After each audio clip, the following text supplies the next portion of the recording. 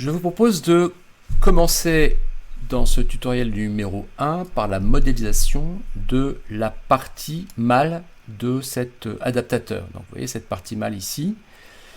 On va juste analyser rapidement la forme de cette pièce. Si je me mets en vue de dessus, eh bien, je me rends compte que c'est tout simplement un rectangle avec des congés. Qu'est-ce qu'on va devoir faire? Il va y avoir un petit lamage, des perçages à travers tout. Il va y avoir une forme un petit peu particulière ici, on verra ça tout à l'heure.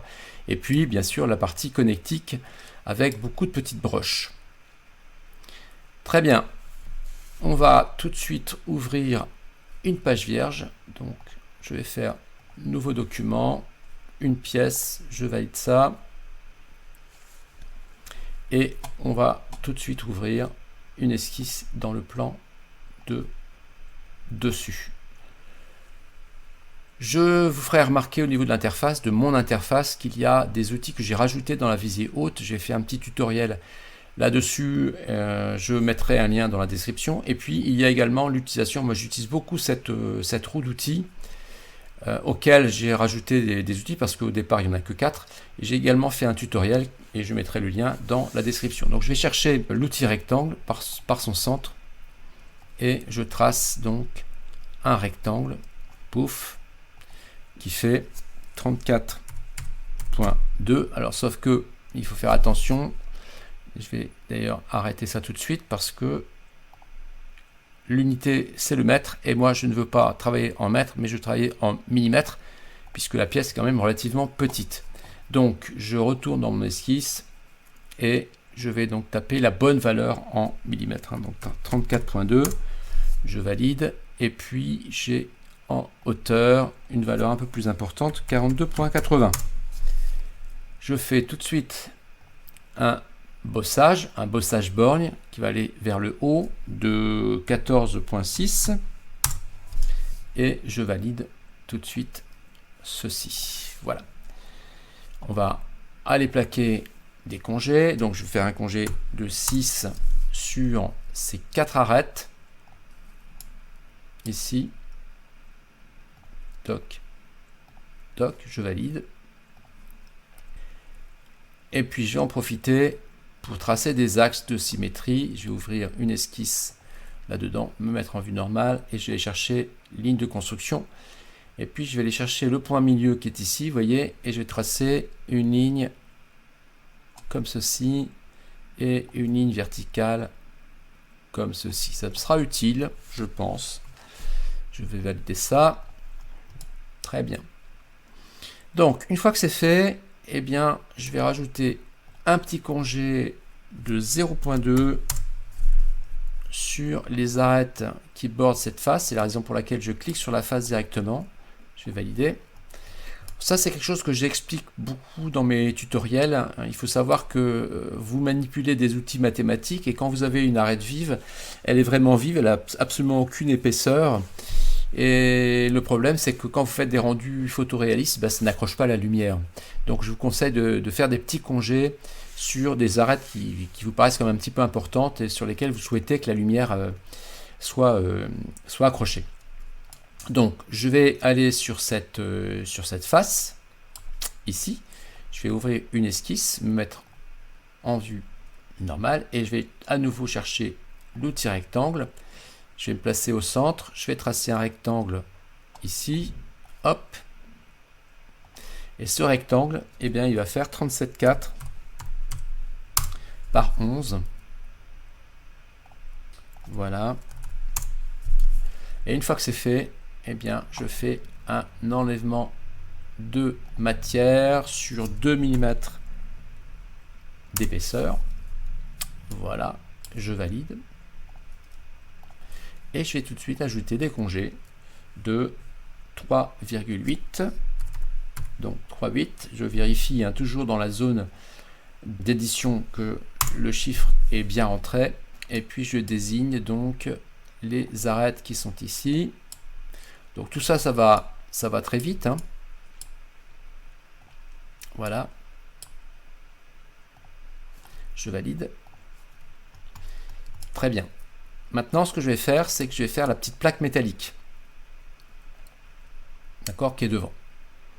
Donc je vais ouvrir une esquisse sur cette face. me mettre en vue normale. Je vais faire décaler les entités, je vais taper 0 mm. Voilà. Et je vais faire un bossage de 1.5, un petit peu plus faible. Je vérifie que je suis bien borgne dans les conditions de fin, que le bossage se fait bien dans le bon sens, et je vais défusionner le résultat parce que cette plaque là, elle n'a pas la même apparence que la coque. La coque est en plastique et cette partie là est en chrome en fait. Donc je valide et voilà cette partie qui est faite. Une fois que c'est fait, on va s'intéresser à ce qui se passe derrière. Donc derrière, c'est le lamage, les perçages et tout ça. Donc je vais valider, enfin je vais plutôt ouvrir une esquisse là-dessus, me mettre encore une fois en vue normale. Je vais tracer un cercle. Donc je vais tracer un cercle ici. Alors ce cercle-là, il fait 7,2. Donc c'est ça. Donc il fait 7,2 mm de diamètre. Et je vais faire un lamage. Alors d'abord, pardonnez-moi, il faut d'abord coter ça, hein, parce que là il n'est pas coté convenablement. Donc il faut le coter par rapport à cet axe. Donc vous voyez l'intérêt d'avoir un axe. Alors bon, on peut utiliser le repère, hein, ça marchera aussi, mais enfin c'est bien d'avoir cet axe. Et donc ça c'est à 16,2 de ce centre. Voilà, ici. Donc une fois que c'est fait, je valide et je vais faire un petit enlèvement de matière de 0,6. Voilà, donc je valide ça. Toc, c'est nickel. Et puis maintenant, je vais à nouveau faire ça, chercher l'outil cercle. Alors ici, j'ai le centre, bon, je le vois ici, d'accord. Je vais mettre en vue normale. Mais sachez que si vous avez des problèmes pour trouver ce centre, quand vous vous approchez de la périphérie, le centre apparaît, hein, d'accord. Donc je me mets sur ce centre, je vais tracer un cercle qui va être le perçage en fait, qui va faire 4,2. Voilà. Et là, je vais faire un enlèvement de matière à travers tout. Voilà, toc toc toc. Donc je vais choisir ici à travers tout. Je valide. Et il m'a fait effectivement mon enlèvement de matière. Donc ça c'est parfait. Et maintenant je fais une symétrie par rapport donc au plan de face. Et les fonctions asymétrisées, je vais les choisir directement dans l'arbre de création. Ici, je vais valider. Voilà, donc ça c'est bon. Donc maintenant que ça c'est fait, on va s'intéresser à la partie centrale. Donc je vais vous remontrer l'adaptateur. Donc cette partie centrale qui est ici, donc ça c'est là où se connecte le câble qui relie les deux boîtiers, hein, d'accord. Donc hop, on va s'occuper de ça. Je retourne sur cette phase, j'ai ouvert une esquisse, je vais tracer un cercle centré, donc voilà comme ceci. Alors ce passage alors d'abord cette petite pièce. Ici, cette partie-là, c'est un cercle qui fait je ne sais pas combien. Je crois qu'il fait 11. Donc, voilà. Et on va faire un petit enlèvement de matière de 5 mm. Ça suffira largement. Alors, je ne fais pas à travers tout. Hein, je vais faire borgne. 5 mm. Donc, il faut toujours faire attention aux conditions de fin parce qu'il conserve la dernière opération qui a été faite. Donc, il faut faire gaffe. Donc, voilà. Je fais comme ça. Et puis maintenant, eh bien, on va faire la partie centrale. Alors cette partie centrale, on va utiliser l'outil de révolution pour la faire. Donc pour ça, il faut tracer une trajectoire et un profil. Mais avant ça, eh bien, on va faire ce que, en général, peu de gens font, alors que c'est pourtant super important, surtout quand on a des pièces en fait avec beaucoup de fonctions qui apparaissent dans l'arbre de création, c'est de renommer un petit peu les choses. Donc, par exemple, ce bossage ici, eh bien, je vais le renommer. Je vais appeler ça le bloc. Les congés, alors moi en général les congés j'aime bien leur donner des valeurs. Donc je vais donner le rayon, donc le R6. Ensuite ça, alors ça ce sont les axes, hein. On peut le noter hein, si vous voulez. Ça ce sont des axes de symétrie en fait. Donc axe symétrie. Voilà. Ça c'est le petit congé de 0,2. On va le faire aussi. R02. Alors je vais pas le faire pour à chaque fois systématiquement parce que sinon ça les tutos deviennent très très longs. Mais vous comprenez qu'il faut vraiment s'habituer quand on est chez soi, qu'on modélise une pièce, il faut vraiment s'habituer à renommer tout ça. Donc ça c'est l'enlèvement de matière, bon d'accord, mais on s'en fout un peu. Ce congé là, c'est le congé de 3 bits, donc ça je vais le noter. R3 bits. Voilà. Ça, c'est la plaque métallique. Donc ça, par contre, c'est intéressant.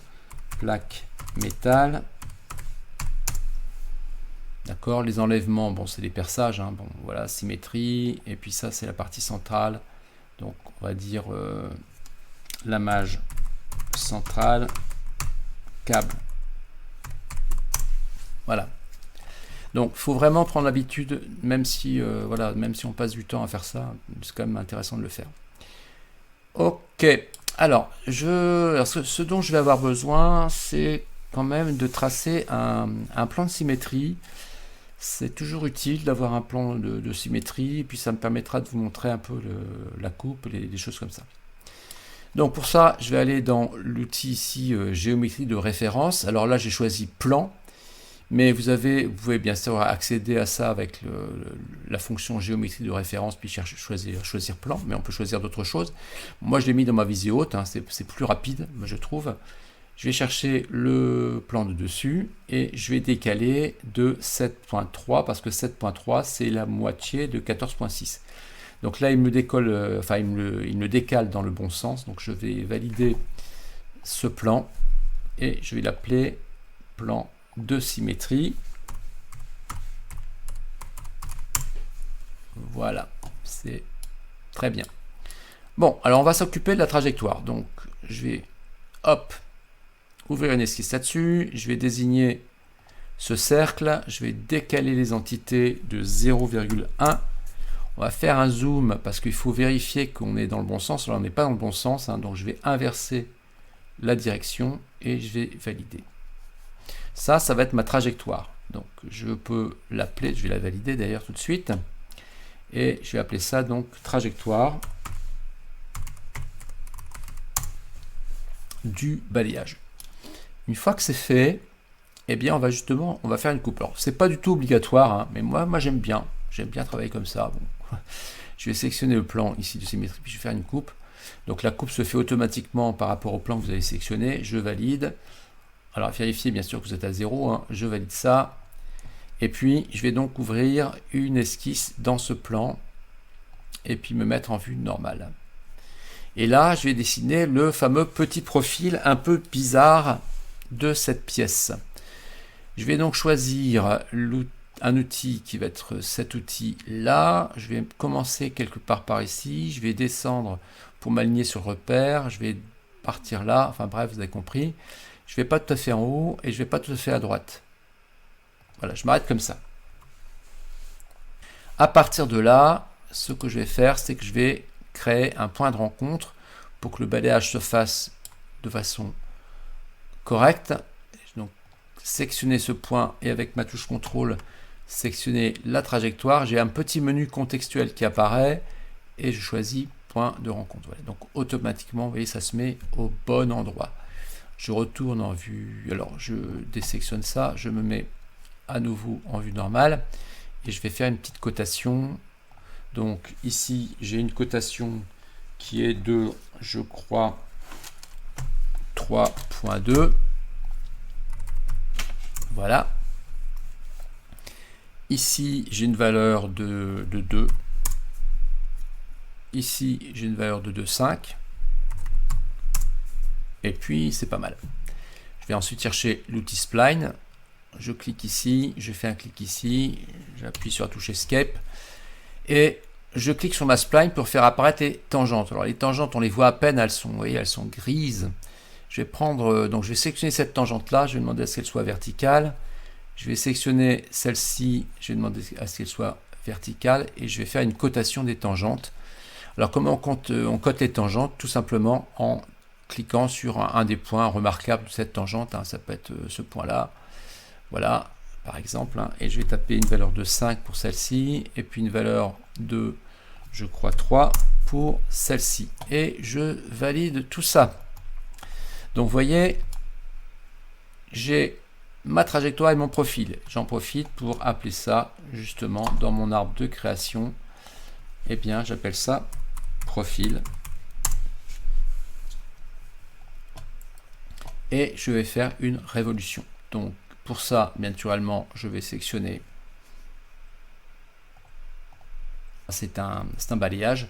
Donc, on me demande le profil, donc je désigne le profil, hop, et puis je désigne la trajectoire, tac, voilà, on valide ça. Alors, au niveau des options, c'est marqué fusionner, ben oui, effectivement, je veux fusionner le truc, voilà, ok, donc ça c'est bon. Et puis, puis ensuite, on va faire un petit trou là-dedans.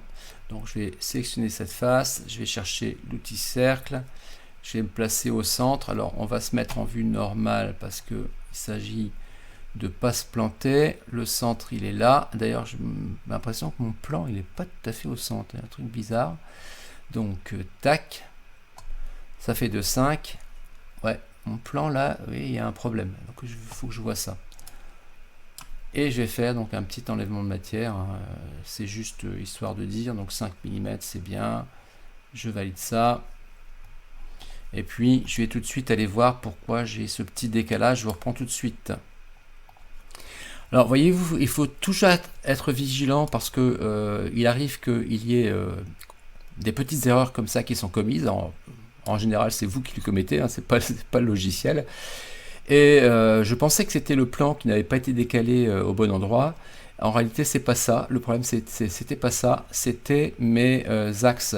Je vais vous expliquer un petit peu ce qui s'est passé parce que c'est bien aussi de tomber sur des erreurs de ce type-là parce que c'est aussi comme ça qu'on apprend. En fait, ce qui s'est passé, c'est que cet axe, eh bien, il n'était pas horizontal en fait. Voilà. Donc j'ai tout simplement supprimé les relations de contrainte pour éviter tout problème. Et puis en faisant un clic là-dessus, eh bien j'ai pu tout simplement exiger qu'il soit à l'horizontale. C'était ça le problème. C'est pas toujours évident hein, de repérer les problèmes en fait quand on a des soucis qui apparaissent. Voilà, donc ça c'est bon. Donc qu'est-ce qu'il reste à faire? Il reste la partie donc connectique. Mais ce que je vous propose, c'est d'arrêter ce tutoriel numéro 1 parce qu'on est déjà, peut-être une 19-20 minutes. Et puis on verra ça dans le tutoriel numéro 2, comment réaliser cette partie donc de connexion. Eh bien, merci à vous.